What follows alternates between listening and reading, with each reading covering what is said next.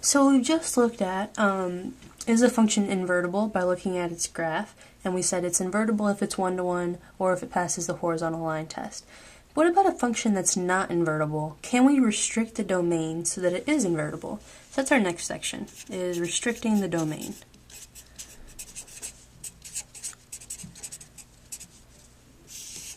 So think about the curve x squared. So x squared is a parabola. Is this function invertible? Well, no, not as I've drawn it, because I could draw this horizontal line, passes through it twice, so it's not invertible as it is. But what's the current domain of this function? It's a parabola. It's a polynomial here, so the domain is all real numbers. I can restrict this domain though. Let's see what happens if I just get rid of this piece over here. You can see if I get rid of that piece over there, then any horizontal line I draw will intersect it at most once. So let's restrict our domain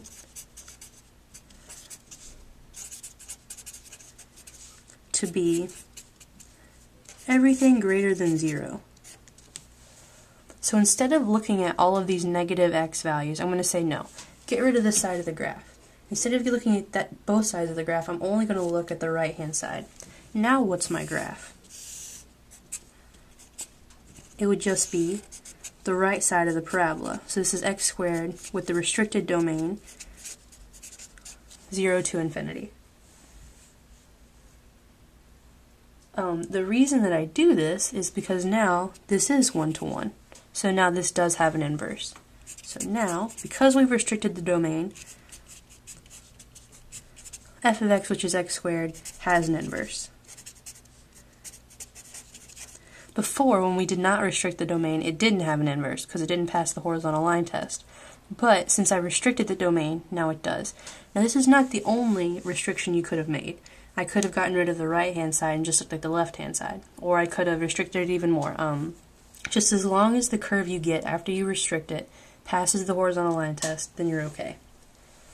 Let's look at another example here. What about f of x is x minus 1 squared plus 2.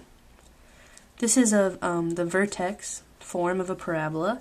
So the vertex here is 1, 2. It's a parabola that opens up, so here's my parabola. Is this function invertible? So does it pass the horizontal line test? Definitely not. I can draw this horizontal line, and you can see that it passes through twice, so this is not invertible as is.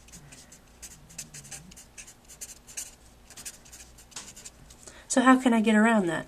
Well, let's say that I cut off half of it, so I'm going to cut off this part. You could cut off the other half, it doesn't matter. So I'm going to get rid of all these x values over here. So restrict it. Restrict the domain to be what? Well, we just chose all x's less than or equal to 1. So that's negative infinity to negative 1. Once I restrict this domain, now my curve is one-to-one. So what does my new curve look like? My new curve is just going to be, again, at 1, 2, but then just going to the left. Is this curve one-to-one? So does the inverse exist? Yes. So now, since we've restricted the domain,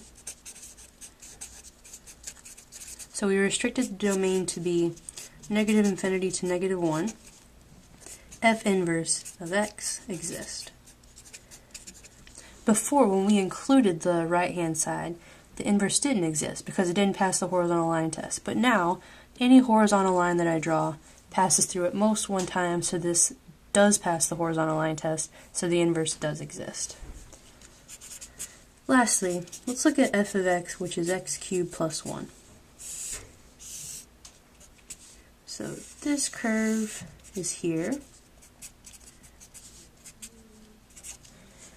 Do I need to restrict this domain in order for the inverse to exist? Well, I do not. Currently, any horizontal line passes through at most one time. You can see how any horizontal line I draw will pass through at most one time. So the inverse already exists. So this already passes the horizontal line test. So f inverse of x exists. There's no need to restrict the domain. No need to restrict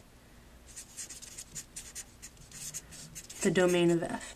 The only time you need to restrict the domain is whenever I have a function that doesn't pass the horizontal line test. And basically what you do is fix it.